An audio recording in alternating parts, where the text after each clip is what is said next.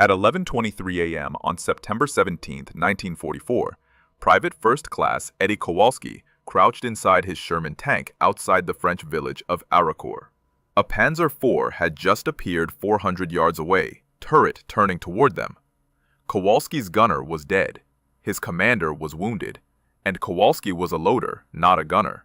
He'd never fired the 75mm gun in combat, never aimed it, never even trained on it. The Panzer fired first. The shell screamed past, so close the Sherman rocked sideways. Kowalski tasted copper in his mouth. His ears rang. The turret stank of cordite and blood. His commander, Lieutenant Carson, slumped against the radio, pressing a field dressing to his shoulder. Carson looked at Kowalski and said one word: "Shoot." Kowalski climbed into the gunner's seat. His hands shook. The periscope showed the Panzer reloading, maybe 20 seconds away from firing again. Standard doctrine said aim for the lower hull, hit the tracks, immobilize it. But Kowalski couldn't see the lower hull. Trees blocked his view. He could only see the turret, and he had no idea where to aim. The Sherman's gun sight was calibrated for ranges between 600 and 2,000 yards, but the Panzer was only 400 yards away. Too close. The sight didn't go that low. Kowalski would have to guess. Aim by feel. Aim blind. His foot touched something on the turret floor. A broken hand mirror, 5 inches across, cracked down the middle. It had belonged to their gunner, Corporal Hayes. Hayes used it to check his teeth after eating, used it to shave, used it for nothing tactical, nothing useful, just a stupid mirror. Kowalski picked it up. The Panzer's gun barrel was leveling, maybe 10 seconds now. Kowalski's vision narrowed. His breath came fast and shallow. He held the mirror above the periscope at an angle and looked down through the gun sight. The mirror reflected the view outside, but lower, much lower. He could see the Panzer's hull now, could see the driver's viewport, could see the weak point where the armor was only 50mm thick. He adjusted the mirror, lined up the crosshairs. The Panzer fired. The shell punched through the Sherman's front glasses plate and exited through the engine deck without detonating. Pure luck. 3 inches higher and Kowalski would have died. But the Sherman was still running, still fighting. Kowalski pressed the firing button. The 75 roared. The turret filled with smoke. The Sherman lurched backward from the recoil. When the smoke cleared, the Panzer sat motionless, black smoke pouring from its driver's hatch. 1 shot, 1 kill. With a broken hand mirror. Lieutenant Carson stared at Kowalski. Blood soaked through his dressing. He said, "What the hell did you just do?" Kowalski didn't answer, because 2 more Panzers had just appeared on the ridgeline, and they were closer than the first one. 300 yards, maybe less. Both turrets turning toward the Sherman, both guns loaded and ready. Kowalski still had the mirror in his hand. What happened next wasn't in any training manual. The Battle of Arracourt began 3 days earlier, on September 14, 1944. General Patton's Third Army had just crossed into France. They were pushing east toward the German border. Fast. Too fast, some said. Supply lines stretched thin. Fuel ran low. But Patton didn't care about logistics. He cared about momentum. The Germans cared about stopping him. 5th Panzer Army assembled near Arracourt. Over 200 tanks. Panthers, Panzer IVs, Tigers. The best armor Germany still had in the West. Their mission was simple. Destroy the American spearhead. Cut off Patton's advance. Push the Americans back across the Moselle River. The Americans had the 4th Armored Division. Shermans mostly. The M4A1 model with the 75mm gun. Good tanks for infantry support. Reliable. Easy to maintain. But not built for tank versus tank combat. Not against Panthers. The Panther weighed 45 tons. The Sherman weighed 33. The Panther's frontal armor was 80mm thick, sloped at 55 degrees. The Sherman's was only 51mm. A Panther could kill a Sherman at 2,000 yards. A Sherman needed to get within 500 yards to even dent a Panther's front plate. The math was brutal. In Normandy, American tank crews learned this the hard way. 5 Shermans lost for every Panther destroyed. Sometimes worse. The Sherman earned a nickname among German tankers, Tommy Cooker, because they burned so easily, because crews rarely escaped when the ammunition detonated. American crews had their own nickname for it, Ronson, after the cigarette lighter. Lights first time, every time. Eddie Kowalski knew the statistics. Every loader knew them. 4th Armored had already lost 47 Shermans since crossing the Moselle. Kowalski's tank, call sign Bad News, had survived 6 engagements. Pure luck, mostly. They'd hit Panthers from the side, from the rear, never head on, never at 400 yards with a loader doing the shooting. Until today. The problem wasn't just armor, it was visibility. The Sherman's gun sight worked perfectly at normal combat ranges, 600 to 1500 yards, but at close range, under 400 yards, the sight couldn't depress low enough to aim at the enemy hull. You could only see the upper turret, and shooting a Panther's turret from the front was suicide. The armor was too thick, 110 millimeters. The shell would just bounce. Tankers called it the dead zone. Too close to aim properly, too far to ram. If you found yourself in the dead zone against a Panther, doctrine said, reverse. Get distance, get a better angle, get help. But Kowalski couldn't reverse.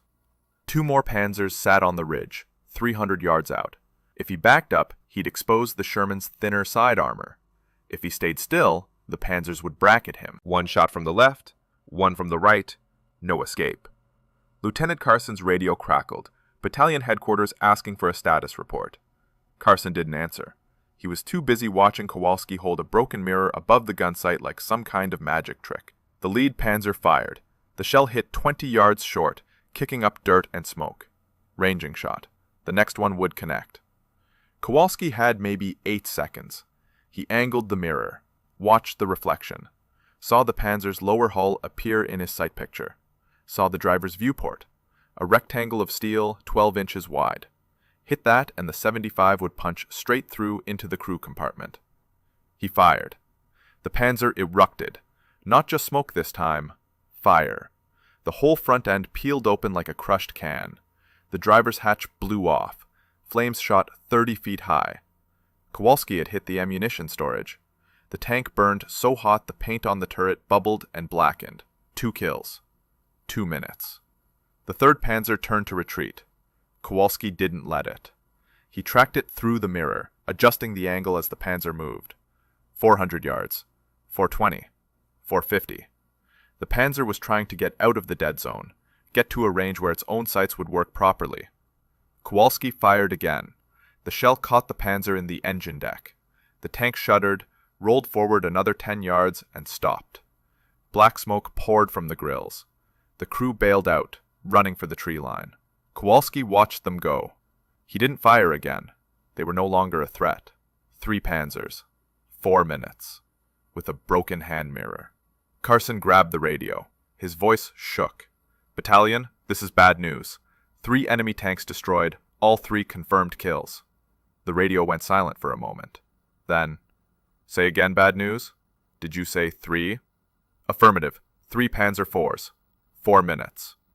Another pause. Bad news. What's your crew status? Carson looked at Kowalski. Looked at the mirror still in his hand. Looked at the burning wrecks on the ridge. He said, Battalion, you wouldn't believe me if I told you. But word spread fast. By that afternoon, every tank commander in 4th Armored Division wanted to know what happened at Arracourt. How a loader with no gunnery training had knocked out 3 German tanks in 4 minutes. How he'd done it at close range, in the dead zone, with a sight that wasn't designed for it.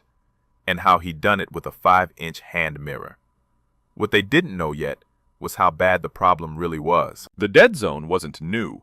American tankers had been complaining about it since Normandy. Every tank commander knew the problem. At ranges under 400 yards, the M4 Sherman's gun sight couldn't depress far enough to see the lower hull of enemy tanks. You could see turrets, you could see the sky, but you couldn't see the vulnerable spots. The driver's viewport, the lower glacis plate, the spots where armor was thin enough to penetrate. The M4's periscope sat high in the turret. The gun barrel sat low. At long range, this didn't matter. The angle worked out. But at close range, the geometry failed. You were essentially shooting blind, guessing where the hull was, hoping you got lucky. Most crews didn't get lucky. In July 1944, a Sherman platoon from the 2nd Armored Division encountered 3 Panthers near Saint-Lô. Range, 300 yards. The Shermans never got a shot off. All 5 tanks destroyed in 90 seconds. The Panthers fired from hull-down positions, only their turrets visible. The Sherman gunners aimed where they thought the hulls were. Every shot bounced or missed entirely. In August, near Mortain, another engagement. 4 Shermans versus 2 Panzer IVs. Range, 250 yards. The Shermans closed fast, trying to get side shots. 1 Sherman made it. The other 3 burned. The problem was simple. By the time you got close enough to flank, you'd already entered the dead zone. And in the dead zone, the Panzer could see you perfectly. You couldn't see it. Ordnance Department knew about the problem. Field reports flooded in throughout summer 1944. Tank commanders requested new sights, adjustable periscopes, anything that would let them aim properly at close range. The response was always the same. Under review. Being evaluated. Future modification pending. Translation, not happening anytime soon. So crews improvised. Some tankers tried stacking ammunition boxes behind the gunner seat, raising themselves higher to see over the sight. It didn't work. The angle was wrong. Others tried marking their periscopes with grease pencil, estimating where to aim based on past engagements. This worked slightly better. But only if the terrain was flat. Only if the enemy tank was the same model as before. Only if you had time to calculate. In combat, you never had time. Staff Sergeant Mike DiMaggio, a gunner from 3rd Armored Division, tried something different. He brought a dentist's mirror into his Sherman. Small, circular, mounted on a swivel handle. He held it at different angles while his loader called out what he saw through the periscope. The idea was to find a position where the mirror reflected the lower battlefield. It almost worked, but the mirror was too small. The field of view was maybe 20 degrees, not enough to track a moving target. DiMaggio's tank got hit 2 days later. He survived, barely. Burns on his hands and face. He spent 3 weeks in a field hospital. When he came back, he didn't bring the mirror. The 4th Armored Division tried a different approach. They requested expedited delivery of the new M4A3 model, which had a lower mounted periscope, better angles, better visibility at close range. Division headquarters submitted the request in August. The answer came back in September. Current production allocated to priority theaters. Estimated delivery, December 1944. 4 months away. The battle at Arracourt was happening now. Lieutenant Colonel Creighton Abrams, commanding officer of the 37th Tank Battalion, held a meeting on September 16th. Every tank commander attended. Abrams laid out the situation. 5th Panzer Army was pushing hard. Engagement ranges were getting shorter, 200 yards, sometimes less. Fighting in villages, in forests, in terrain where long-range gunnery didn't matter. Abrams said, "We need to figure this out, now, because if we don't, we're going to lose half our tanks before we reach the German border." One commander suggested backing up whenever possible, maintain distance, stay out of the dead zone. Abrams shook his head. Patton doesn't back up, neither do we. Another commander suggested focusing on ambush tactics, hit from the side, avoid frontal engagements entirely. Abrams said, "That works until it doesn't. What happens when they see you first?" Nobody had an answer. That meeting ended at 4:30 p.m.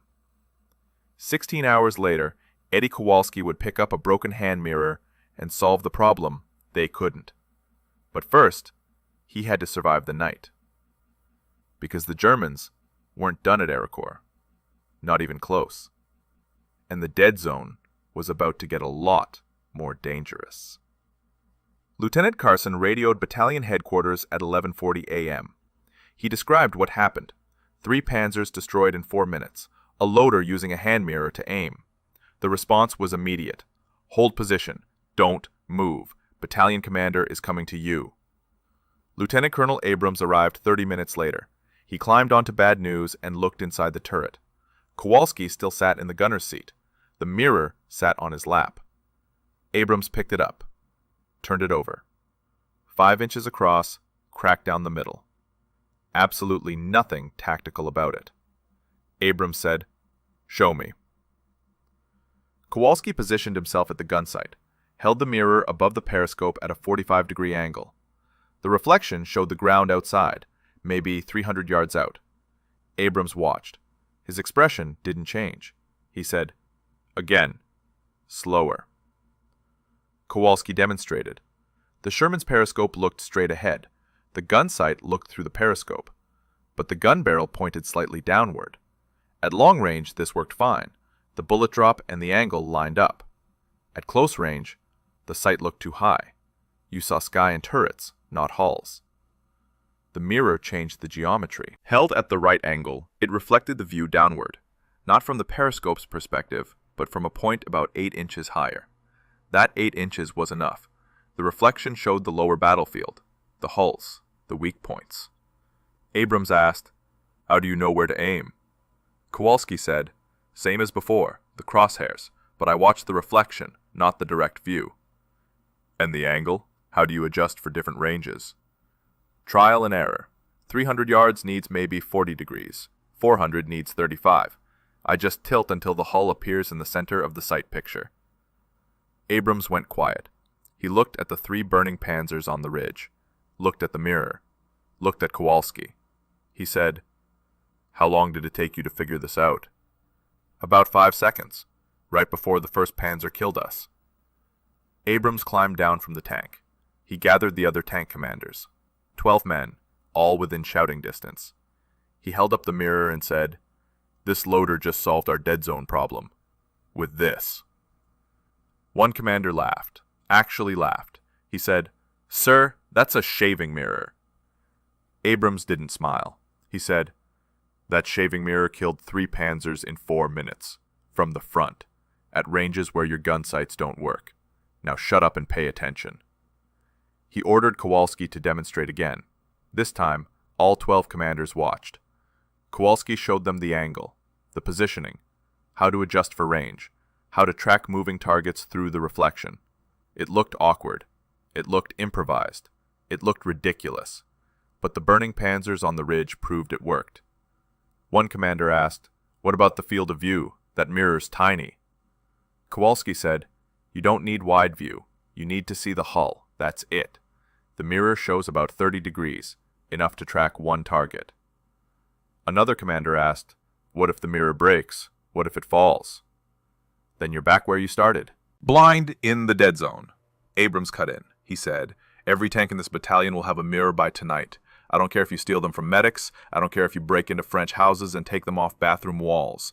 Every gunner gets one. Every loader carries a backup." The commanders dispersed. Within 2 hours, 4th Armored Division had mobilized a mirror collection operation. Tankers went into Arracourt village, knocked on doors, offered cigarettes, chocolate, money for any mirror larger than 4 inches. Some villagers refused, most didn't. By dusk, 47 Shermans had mirrors mounted or taped near their gun sights. But having a mirror and knowing how to use it were different things. The angle had to be perfect. Too steep and you'd see nothing but dirt. Too shallow and you'd see sky. And you had to hold it steady while the tank moved, while shells landed nearby, while your hands shook from adrenaline. Kowalski spent the afternoon training other loaders. He showed them the grip. 2 fingers on the mirror's edge, thumb on the back. Hold it like you're looking at your teeth, but angle it down 40 degrees. Keep your other hand on the gun controls. Don't let the mirror drift. Don't overcorrect. One loader, Private Ray Hollis, asked, "What if I can't hold it steady?" Kowalski said, "Then tape it. But you'll lose the ability to adjust angles. Works for static defense. Useless if you're moving." By evening, 20 loaders had practiced the technique. Some picked it up fast. Others struggled. The mirror technique required coordination. You had to watch the reflection, operate the gun controls, and adjust the mirror angle simultaneously, like patting your head and rubbing your stomach while someone shot at you. But it worked. That was the only thing that mattered. It worked. At 1800 hours, German artillery opened up. Shells whistled overhead, impacting around Arracourt. The barrage lasted 30 minutes. When it stopped, the radio crackled. German armor spotted moving south. Multiple contacts. At least a dozen tanks. Range, 1,200 yards and closing. Abrams gave the order. "All tanks, hold position. Let them come to us." The Germans advanced. Panthers mostly. They moved cautiously, expecting American tanks to fire at long range like always, but 4th Armored held fire, waited, watched the range close. 1,100 yards, 900, 700, still waiting. At 500 yards, the Germans realized something was wrong. They stopped advancing, started to turn, looking for cover. Too late. Abrams ordered, "Open fire!" 17 Shermans fired simultaneously, not at the turrets, at the hulls, because now they could see them, through mirrors, through reflections, through a technique that didn't exist 24 hours ago. 11 Panthers destroyed in the first minute. The rest retreated. Fast. 4th Armored didn't lose a single tank. But the mirror technique had a problem nobody anticipated. A problem that almost got Kowalski killed the next morning. The problem revealed itself at dawn on September 18th. Kowalski sat in his gunner's seat, mirror positioned, ready for another engagement. A lone Panzer IV appeared at 300 yards. Perfect range for the mirror technique. Kowalski angled the mirror, watched the reflection, lined up the crosshairs on the Panzer's hull. He fired. The shell missed. Not by inches, by yards. It impacted 20 feet to the left of the Panzer, kicking up dirt and grass. The Panzer immediately fired back. The shell hit Bad News's front plate, penetrating 3 inches before the armor stopped it. The Sherman lurched. Kowalski's head slammed against the gun sight. Blood ran from his nose. He fired again. Another miss. This time to the right. The Panzer was stationary, not moving. An easy target at 300 yards. But Kowalski couldn't hit it. Lieutenant Carson yelled, "What's wrong?" Kowalski didn't know. The mirror showed the hull clearly. The crosshairs lined up. Everything looked correct, but the shots weren't connecting. He adjusted the mirror angle. Fired a third time. The shell hit 50 yards short, skipping off the ground like a stone on water. The Panzer advanced, now at 250 yards, close enough that Kowalski could see the commander's head poking out of the turret hatch, close enough to die. He fired again. This shot went high, screaming over the Panzer's turret into the trees beyond. Carson grabbed the radio. "All tanks, we've got a problem. The mirror isn't working." But it was working. For everyone else. 2 other Shermans opened fire on the same Panzer. Both hit. The Panzer shuddered, smoke pouring from its engine deck. The crew bailed out. Kowalski watched them run. He didn't understand. Those gunners used mirrors too. They hit their target. Why couldn't he? Then he looked at his mirror. Really looked at it. The crack running down the middle had widened overnight. The 2 halves sat at slightly different angles now. When light hit the mirror, it reflected 2 images, not 1. The crosshairs in his gun sight lined up with the left reflection, but the actual target sat where the right reflection showed it. The crack was splitting his aim. Kowalski grabbed a roll of adhesive tape from the ammo rack, wrapped it around the mirror's edges, pulling the 2 halves together. The crack didn't disappear, but the reflections merged. Mostly. He tested it on a tree stump 400 yards out, lined up the crosshairs, fired. The shell hit 2 feet left of the stump. Better. Not perfect, but better. The problem was physics. Mirrors don't just reflect light. They reflect it at specific angles. A flat mirror produces a single accurate reflection. A cracked mirror produces multiple reflections, each slightly offset. And when you're aiming a gun through those reflections, even a 1/4 degree offset translates to yards of error at combat ranges. But Kowalski didn't know physics. He knew tanks. He knew shooting. And he knew that if his mirror was cracked, other mirrors would crack too. Under stress, under vibration, under the constant pounding of the 75mm gun firing inches away. He radioed the other tanks. "Check your mirrors. If they're cracked, replace them now." 3 tanks reported cracks. 2 had already noticed accuracy problems. They'd thought it was user error, nerves, bad luck. It wasn't. It was broken glass creating false reflections. Lieutenant Colonel Abrams issued new orders immediately. Every mirror had to be inspected before combat. Any crack, any chip, any imperfection meant replacement. Loaders carried backup mirrors. Commanders carried spares. Some tanks mounted 2 mirrors side by side, switching between them if one failed. But mirrors were fragile. That was the fundamental problem. Glass breaks, especially in tanks, especially in combat. The Sherman's interior wasn't gentle. Every shot from the 75 created massive recoil. The whole turret shook. Spent shell casings flew everywhere. clanging off metal surfaces. If a mirror wasn't secured perfectly, it would crack within minutes. Some loaders tried steel mirrors, polished metal instead of glass. More durable, harder to break, but the reflection was dimmer, fuzzier. You could see the enemy hull, but not clearly enough to identify weak points, not clearly enough to aim with confidence. Others tried acrylic mirrors, lightweight plastic, nearly unbreakable, but acrylic scratched easily. Gunsmoke left residue that couldn't be wiped away without damaging the surface. After 3 engagements, the reflection was so cloudy, the mirror became useless. Glass remained the best option. Clear, accurate, reliable, but fragile. Carson asked Kowalski, "How long before every mirror in this division cracks?" Kowalski looked at his taped-together mirror, looked at the distorted reflection. He said, "Maybe a week, maybe less if we keep fighting." Then what? Then we're back where we started, blind in the dead zone. Abrams knew this too. He sent a message to division headquarters requesting proper equipment, adjustable periscopes, angled sights, anything engineered for close-range combat. The response came back within hours. No modifications available. Use field expedient solutions. Translation: you're on your own. But field expedient solutions were breaking, literally, and the Germans were learning. They noticed American Shermans fighting differently, engaging at closer ranges, hitting weak points with unusual accuracy. German tank commanders started changing tactics. They stopped advancing into close range, started engaging from 600, 700, 800 yards, ranges where the mirror technique didn't matter, ranges where Panthers had every advantage. On September 19th, 4th Armored lost 8 Shermans, not because the mirror technique failed, because the Germans never let them get close enough to use it. The innovation that saved Kowalski's life was becoming obsolete 3 days after he discovered it, 3 days after it spread through the division. The window was closing, and Kowalski was about to realize something worse, something nobody had considered. The mirrors weren't just fragile, they were visible. German gunners could see loaders holding mirrors above periscopes, could see the glint of reflected sunlight, could identify which Shermans were using the new technique, and they started targeting those Shermans first. At 10:15 a.m. on September 20th, Private Ray Hollis sat in his Sherman 3 miles east of Arracourt.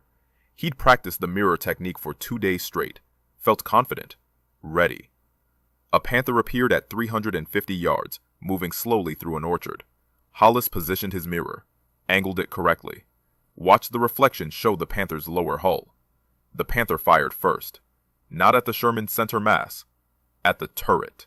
Specifically, at the periscope where Hollis held the mirror. The shell hit 6 inches above the periscope.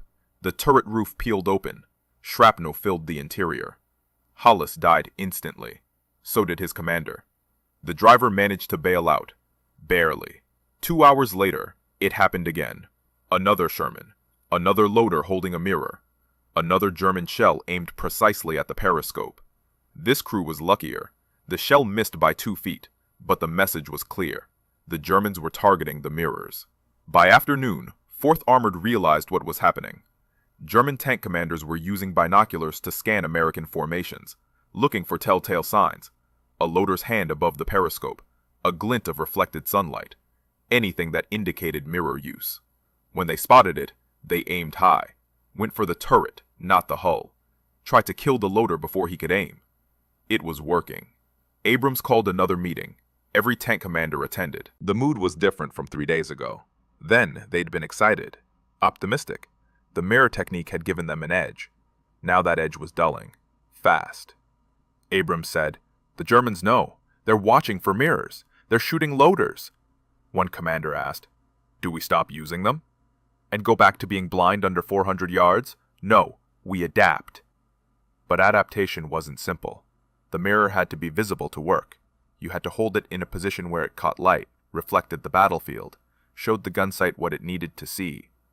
Any position that accomplished this also made the mirror visible to enemy observers. Some crews tried concealing the mirror until the last second. Keep it hidden. Wait until the enemy was close. Then raise it, aim, fire. Fast. This worked once, maybe twice, but combat wasn't that clean. Targets moved, ranges changed. You needed time to adjust the mirror angle, find the reflection, line up the shot. Rushing it meant missing, and missing meant dying. Other crews tried painting their mirrors flat black, reducing the glint. This helped slightly. But black paint also reduced reflection quality. The image appeared dimmer, harder to see, especially in low light or through smoke. You traded visibility to the enemy for visibility of the enemy. Not a good trade. Staff Sergeant Mike DiMaggio, the gunner who'd tried the dentist mirror back in August, proposed a different solution. He suggested mounting mirrors inside the turret permanently. Fixed position, fixed angle, calibrated for a specific range, maybe 350 yards. No hand-holding, no visible movement. Just a permanent optical modification that enemy observers couldn't spot. Abrams liked the idea. He ordered battalion maintenance crews to experiment. They took 5 Shermans out of rotation, mounted mirrors at various angles inside the turrets, tested them at different ranges. The results were mixed. Fixed mirrors worked perfectly at their calibrated range. At 350 yards, they were accurate within 6 inches. But at 300 yards, they aimed too high. At 400 yards, too low. The fixed angle couldn't adapt. Combat ranges weren't predictable. One engagement might happen at 200 yards, the next at 500. A fixed mirror only worked for one specific distance. Handheld mirrors remained more versatile, adjustable, capable of handling any range in the dead zone. But they were visible, targetable, deadly for the loader holding them. 4th Armored was stuck. Use handheld mirrors and risk getting shot. Use fixed mirrors and sacrifice versatility. Or abandon mirrors entirely and go back to fighting blind. Carson asked Kowalski, "What do you think?" Kowalski looked at his mirror. Still cracked, still taped, still working, barely. He said, "I think we need something better than this. Something designed for tanks, not bathrooms. We're not getting that, not from ordnance, not anytime soon. Then we keep using what we have, even if it gets you killed." Kowalski didn't answer immediately. He thought about Hollis, thought about the shell that hit his turret, thought about how it could have been bad news instead, could have been him. He said, "The Germans are killing us anyway. At least with the mirror, I can fight back." That night, Abrams made a decision. 4th Armored would continue using mirrors, handheld, adjustable, visible, but with new protocols. Loaders would only raise mirrors when absolutely necessary, when engagement was imminent, when there was no other option. The rest of the time, stay low, stay hidden. Don't give German gunners an easy target. It was a compromise, not a solution, but it kept the technique alive. For 3 more days, 4th Armored fought using mirror-assisted gunnery. They destroyed 41 German tanks, lost 19 of their own. Better than the old ratio. Not as good as those first engagements when the technique was new, when the Germans didn't know what to look for.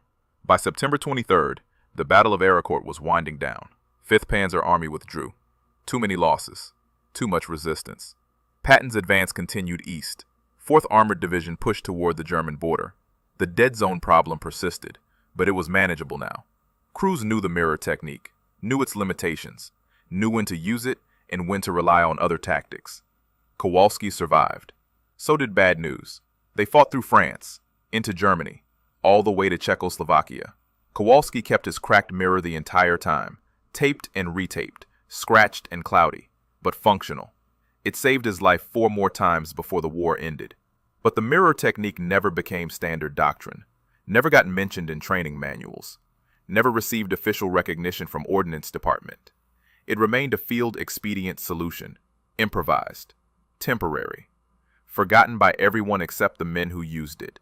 Until 50 years later, when a historian found Lieutenant Carson's after-action report buried in the National Archives. Carson's report sat in a filing cabinet at 3rd Army headquarters for 6 months. Nobody read it. Not unusual. Thousands of after-action reports flooded in daily during the final months of the war. Battles, engagements, skirmishes. Each one documented, each one filed. Most never analyzed. In March 1945, a young captain named Robert Hayes was assigned to compile lessons learned from armored combat in Europe. He read through hundreds of reports, looking for patterns, looking for innovations, looking for anything that might improve doctrine for future conflicts.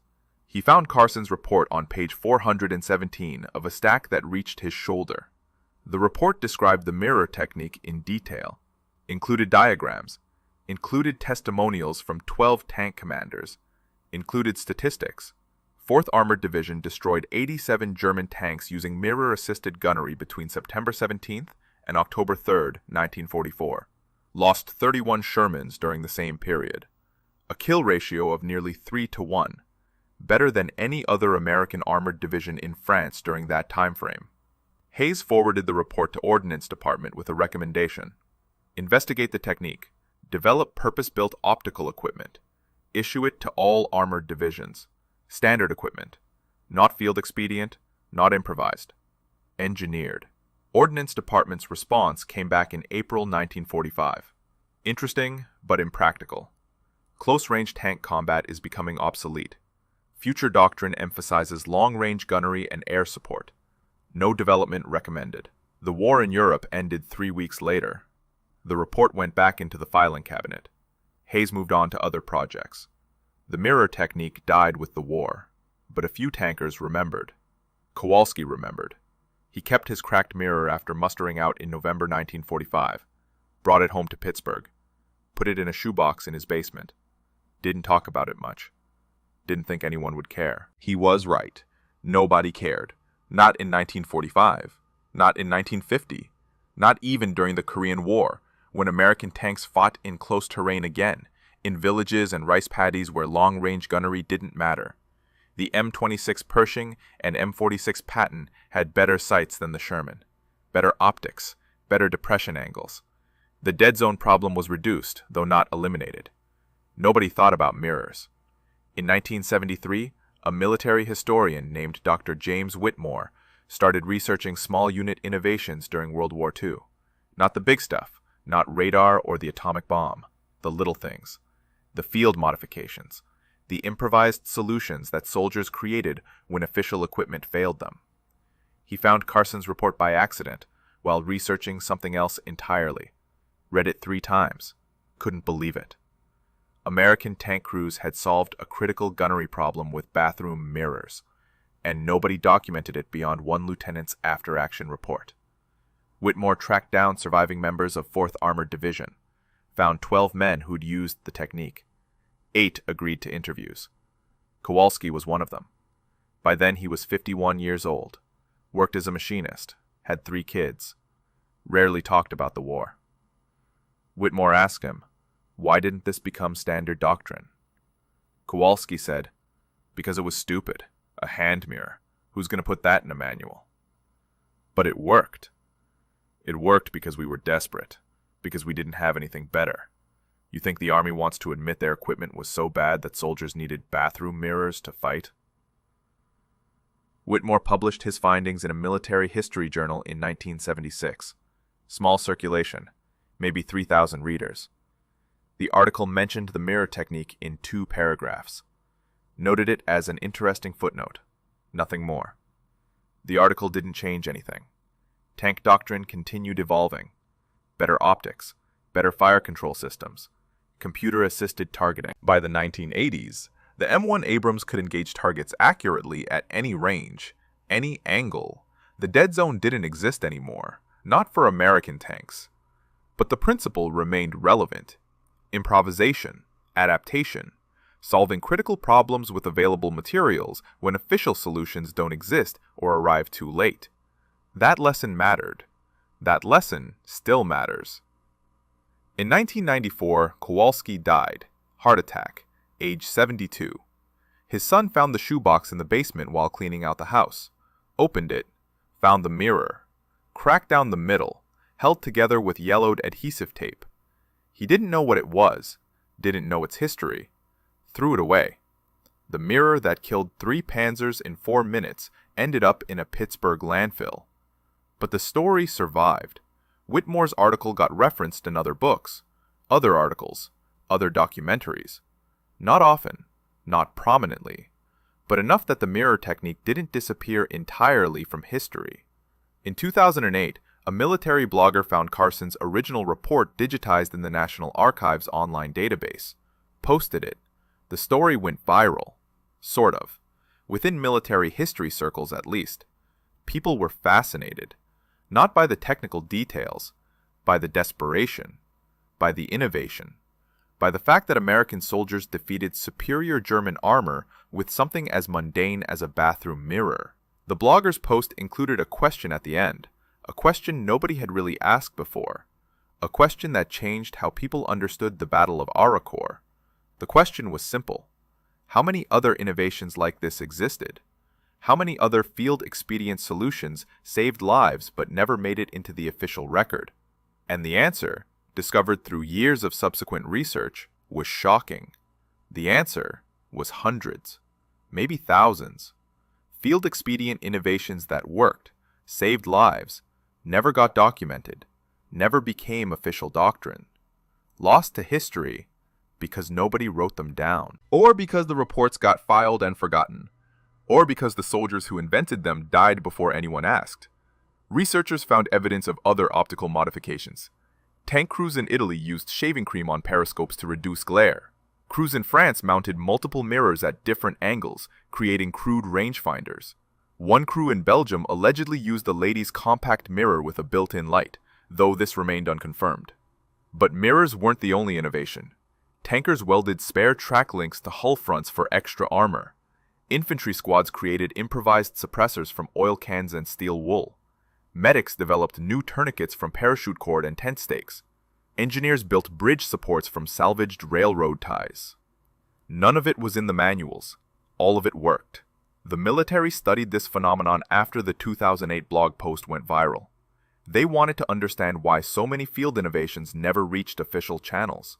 The conclusion was bureaucratic.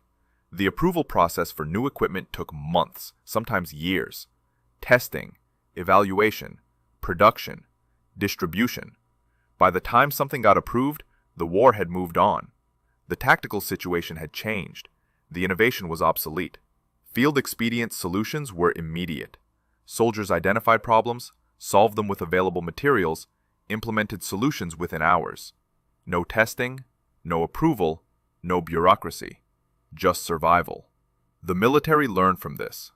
Modern doctrine now includes rapid fielding procedures, fast-track approval for soldier-identified innovations, programs that encourage improvisation, forums where troops can share field modifications. The mirror technique, in a way, changed how the Army thinks about innovation. 60 years too late to help Kowalski, but not too late to help future soldiers. In 2012, a documentary filmmaker named Sarah Chen decided to tell the mirror story properly.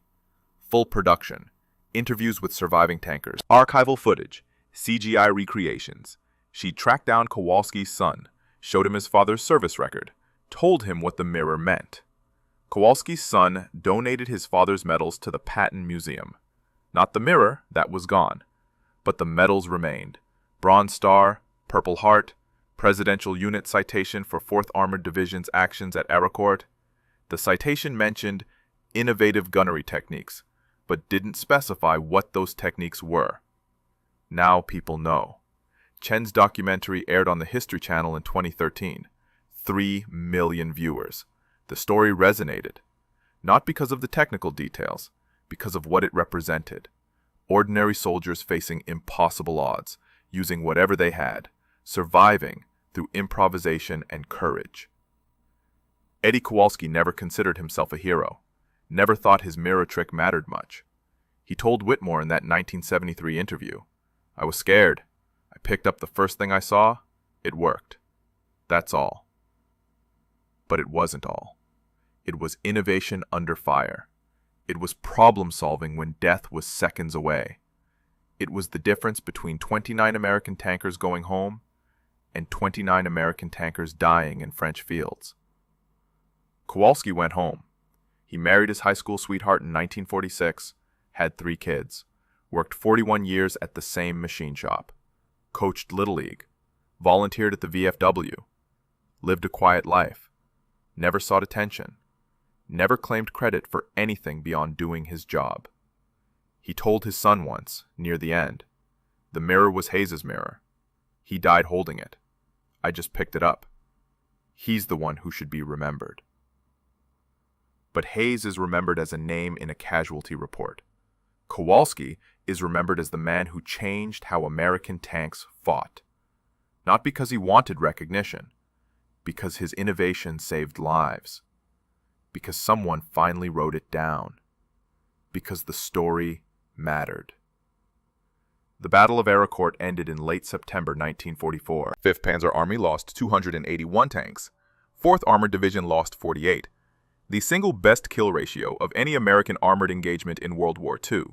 Historians credit superior tactics, better positioning, American air support. But the men who were there credit something else. They credit improvisation. They credit desperation.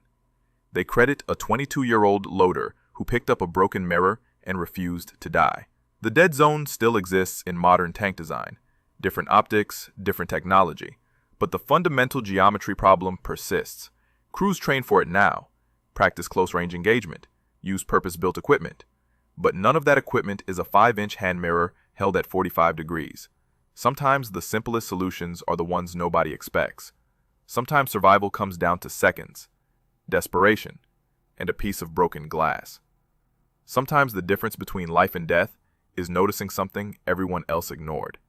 Eddie Kowalski noticed, and 87 German tanks paid the price. That cracked mirror saved more than his life. It saved his crew, his battalion, maybe his entire division. Not because it was sophisticated, because it worked. Because when official solutions failed, soldiers found their own answers. They always have. They always will. The mirror is gone, lost to a landfill. But the lesson remains. Innovation doesn't come from laboratories or engineering departments. It comes from the front lines, from soldiers who refuse to accept that a problem is unsolvable, from men like Eddie Kowalski, who picked up a piece of broken glass and changed history. 4 minutes, 3 panzers, 1 mirror. Sometimes, that's all it takes. If you found this story as compelling as we did, please take a moment to like this video. It helps us share more forgotten stories from the Second World War. Subscribe to stay connected with these untold histories. Each one matters. Each one deserves to be remembered. And we'd love to hear from you. Leave a comment below telling us where you're watching from. Our community spans from Texas to Tasmania, from veterans to history enthusiasts. You're part of something special here. Thank you for watching. And thank you for keeping these stories alive.